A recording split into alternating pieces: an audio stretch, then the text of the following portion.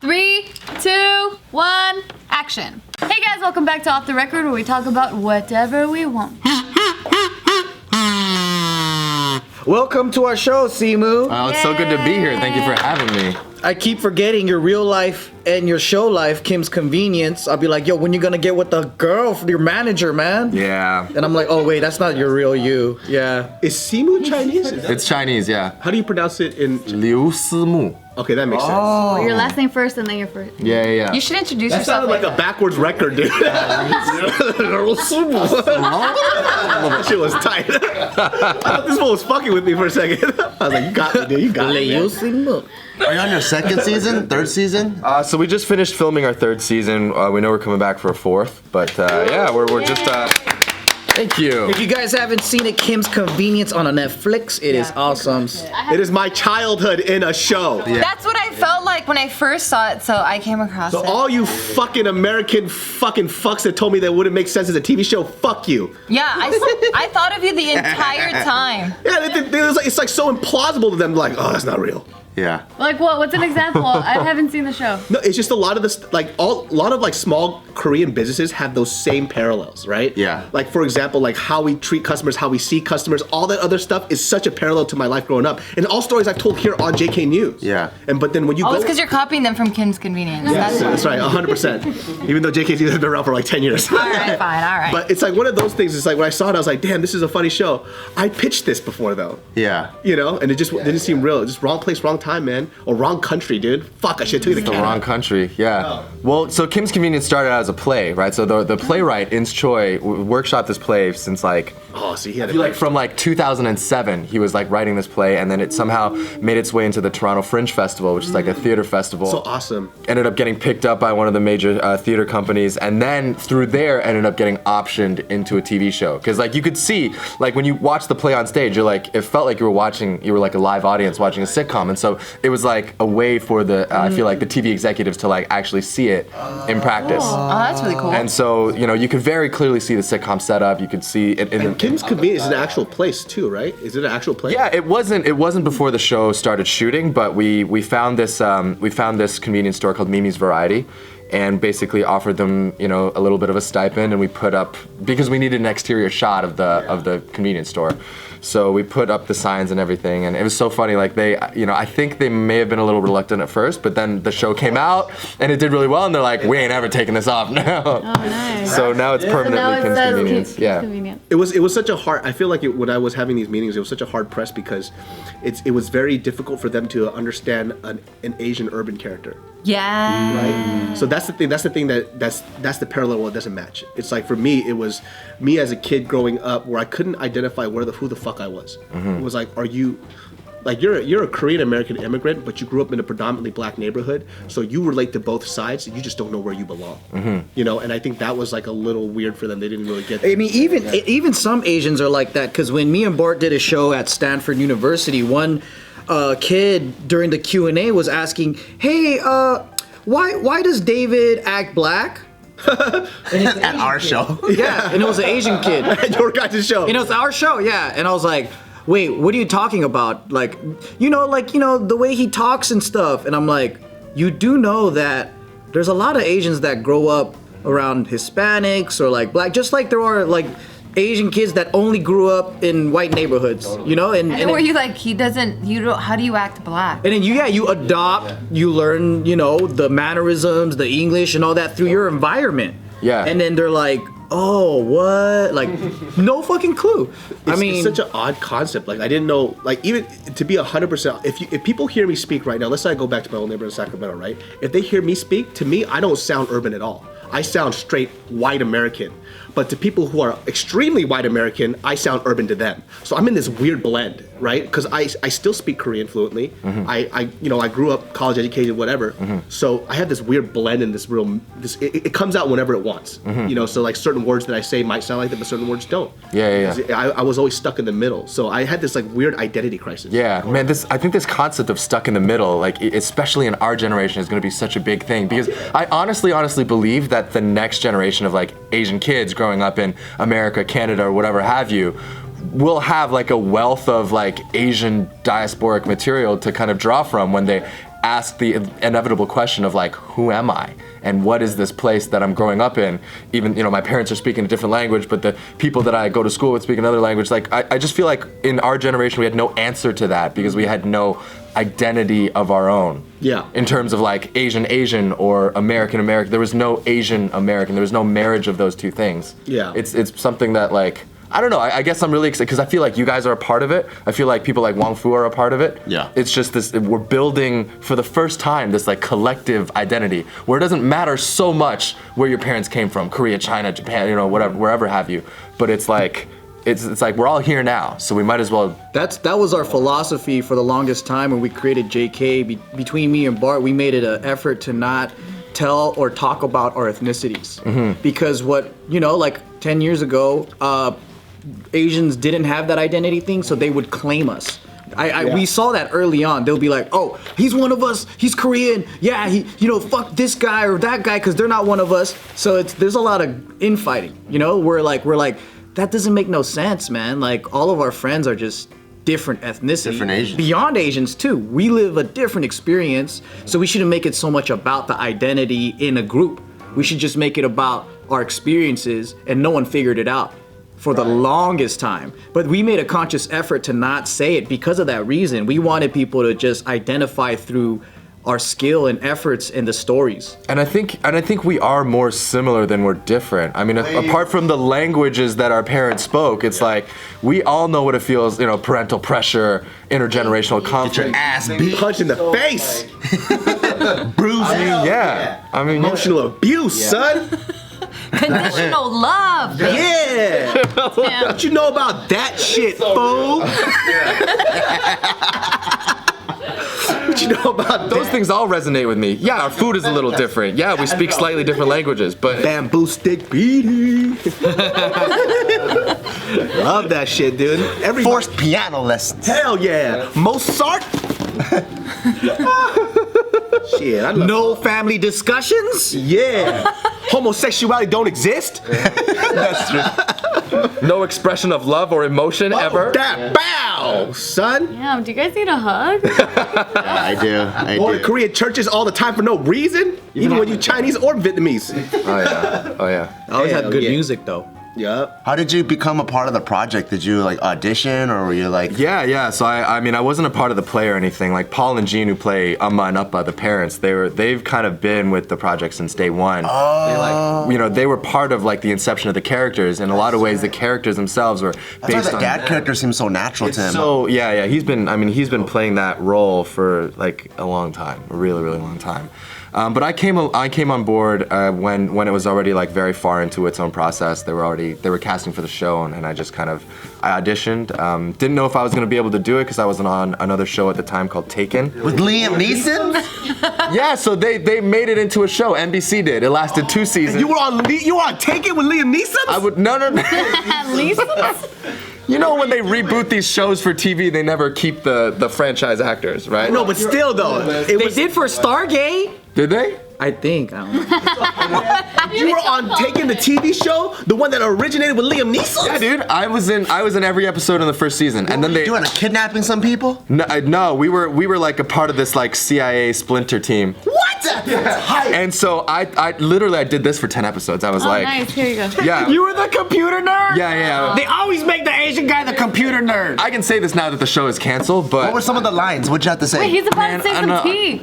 I can't remember. Spill the tea. Spill the tea, though. Okay, so it's like I came on board like I thought like a very strong stunt guy.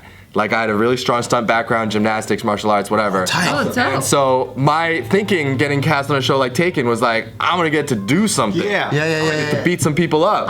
Were they like, here are the glasses and the computer, bro? Yeah, I know. They're like, boom, you're gonna be here, and like I would just be watching some of the actors with the stunts, and I was like, I felt like I could do it. Hell yeah, you could, dude. Why didn't you type and then just fucking randomly throw a sidekick out there to the side? Oh, that'd be tight. Like, hey, Simu, can you go over there? What do you mean, over there? He extends his whole hand. Yeah, over there. Over there.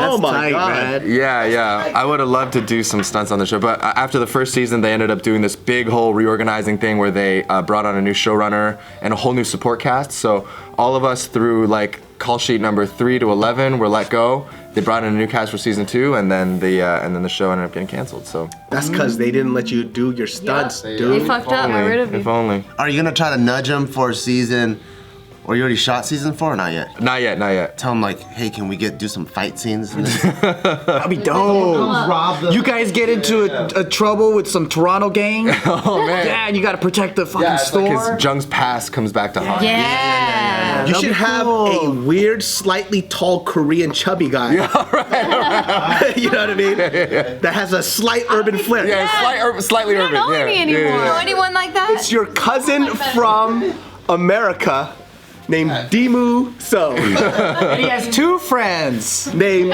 Jimu and Bimu. Yeah, B-move. They all rhyme with your name. Yeah, I don't know anything. I don't know anybody who would fit Right. those characters. Yeah. I wish I could help you. I mean, I wish. I know a lot of people, but I don't know anyone that I can help. That's a pride because you were freaking amazing in Gook. Oh, thank you. Like amazing. Thank you so much. That's like my pride and joy. dude. You pop. You know what I mean? I noticed that in Bachelorette too. Like you just pop. Like it's so watchable. No, it's true. It's true. You can't be that nice to him. I know. I'm Don't be that nice to him. Canadian. I can't. I That can't. was like one of those like film things where it's like I feel like if I ended my film career, then I'd be happy. Just because like I think I got spoiled with being able to do my own project, and then when I tried doing acting, which I still am, I realized that it's a different world when you are auditioning versus you creating. Yeah. You're not in control. I'm not in control, and that's the part that was killing me the most because I would get these scripts and I'm like, these are just trash, you know, because I was on the other end, and where I got to create the story and do Yeah. the jokes and everything, and then I'm looking at it and I'm like, oh, I don't like this. I mean, but that's not your position as an actor. Yeah. You're supposed to take that work and then try to embody what they're doing to the best of your ability. Yeah. You know, Right. and I didn't know how to do that because I was doing the other way around. You're a better composer than you are a player. Totally. And you know what? Let's just like, sometimes depending on what set you go on to, there's this like air of superiority with the writers. Oh, 100%, man. You know, they don't, it's like, how dare you challenge me? You're just an actor, so just do your job, go to work, say the lines that you're told to say. But that's out there, right? Like, a lot of times we don't get the kind of respect. What I found out too was that I liked film a lot because I like the finite story that you tell. You put this out there, this is the story wrapped up in one package, you take it, you do it, and then you move on to your next project. I think like with TV it was so hard because you're looking at longevity at this point, right? So you're gonna take this character, it's gonna evolve over X amount of years, and then that started freaking me out a little bit. And I'm like, oh shit, do I like that or do I like film? Where it's more finite. Right. I like Vine because it's only 6 seconds. So just make that story as short as Mad possible. finite, bro. Mad finite. What's up, big ass? Oh my god! Whoa! What? That's cool! Dude, that's only 3 episodes on Vine. Oh, I'm sorry, it's too much. My It's bad. always, hey, whoa, look at that ass! I fell in the pool. That's fried chicken. Yeah. Watermelon. Oh god. Jordans! They said that they brought it back, like a second version of it. They call it something else. I forgot what it was. Oh, right. It is called something else. I don't know if it ever reached Canada, so I don't know if I don't know. Vine? I don't know. No, Vine reached Canada, but whatever the new Vine is gonna be. Vine too. I don't know, yeah. Man, you on some other level, man. You good, man. You don't need to worry about that. TV, which is tight.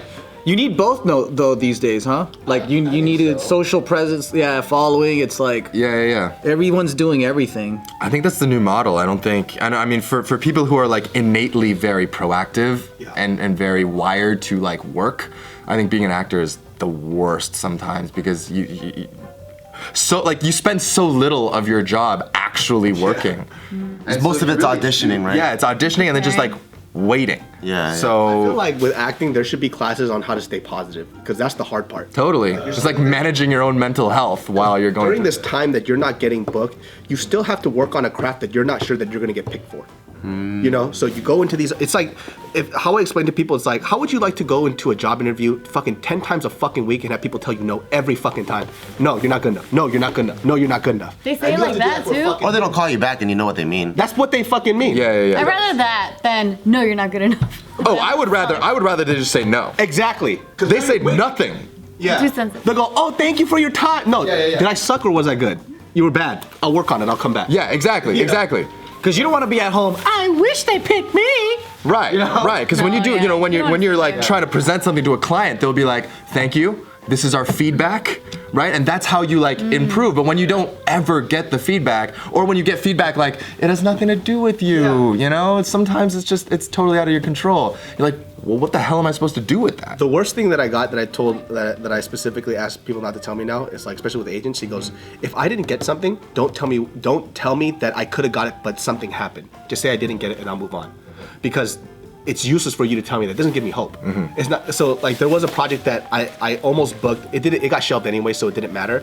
But the reason why I didn't get it is because I didn't have any formal TV experience, and so Marvel didn't want to take a chance on me.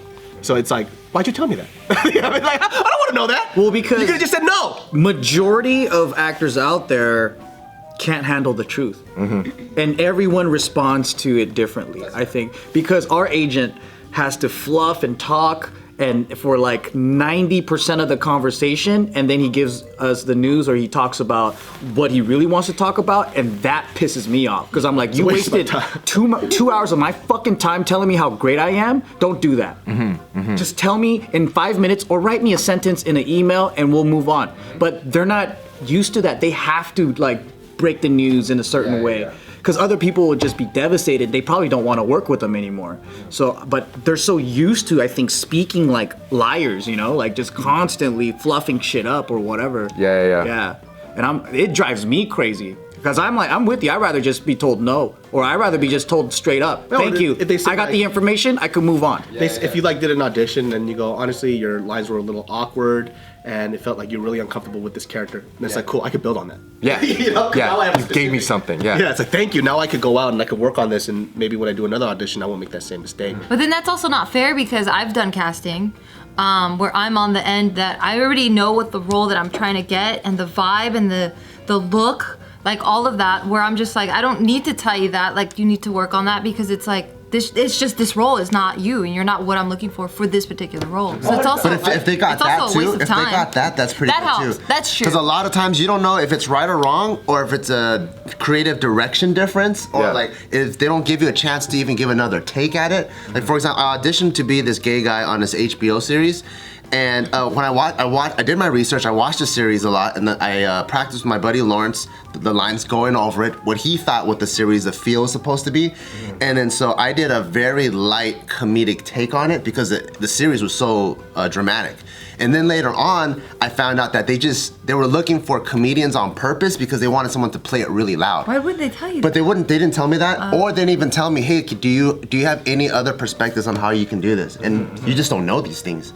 So a lot of They times, were like, you weren't flaming enough. yeah, you just do it, and they just go, thank you, and then I'm like, okay, I don't know if I killed it or not, or I could have gave it But to you. also on the other side too, to be 100% honest, even casting directors know what the fuck they're doing too, because they'll try to pick their pool of people that they think are dope. They'll send it to the whatever producer and be like, nah, this is it. They have to go back to the drawing board. Oh my god, what a broken So system. It's such a weird system. This is my one thing about the industry that, and I don't want to like poo-poo anybody or what they do. I respect everyone's hustle. could shit on them if you want. But it's like any industry that's built on so many middle people is very frustrating for the people Are we on talking the about ends. religion now? On religion. I'm just kidding. Well, it makes sense because it's a system, so film in Hollywood, it's 100 plus years now. The industry's been around for a long time. And the way that they do things, it made sense for a specific reason, like casting for TV or casting for film, and it worked because they needed to fix something because there was a problem. But then when that problem disappears, that system is still in place. And people want to keep their jobs, or they don't even know why it's there anymore. So I think like now with independent filmmakers that are cutting through a lot of this fucking nonsense, we can make decisions way quicker because there's no red tape. But then these bigger companies too, plus they run with billions of dollars opposed to our like small little budgets. Sure. They have a lot on the line. There's jobs on the line. There's people's reputation on the line. There's so much on the line that no one wants to take responsibility or take a chance or make a mistake. For sure. It's hard, man. Like I understand on the other end too, because sometimes they just don't know what they want. That's why you'll see these casting roles. It's like, well, let's get a Hispanic, Black, Mexican, or white person. It's like, Yeah. You don't know what you want. The person can be funny, tall, fat, or skinny. Oh my gosh. You know? And so you go into this role like, what the fuck am I? Like I've done so many roles where I like audition for Jose Hernandez. You know, I'm like, I'm not Mexican. You know, I don't know what's going on here. But then I did well because they didn't know what they wanted, and I showed them something that they could probably want. Then I get a call back and another call back. Yeah. You made strong choices. You came out with a very clear idea, and then And it turns out that afterwards they fucking hired Devontae Williams. I'm like, okay. Like I've literally got into a role once where they said specifically they don't want an urban funny black person. They want somebody to be in the urban area but not black, right? They hit me up. Cool. Went in. I got a call back. The person that they hired was a black dude. I was like, what the fuck? What the hell? So they don't know what they want. Because I saw it like I was like, the fuck, that's the role I auditioned for, as a black dude. You said you didn't want a black guy. Yeah. So they don't know. So that means that they don't know. They're just gonna wait to see something that they like. So you just have to go in and shoot at the dark. I don't know if this happens frequently on film, but when we did our rounds pitching TV shows, it blew my mind how fast people switch jobs in Hollywood. Yeah. So damn fast. Like, even in high executive positions. Dude, they're it's like one day we're meeting with the executive of this, and then like, oh, he's now gone to this studio, and it's like, what the fuck?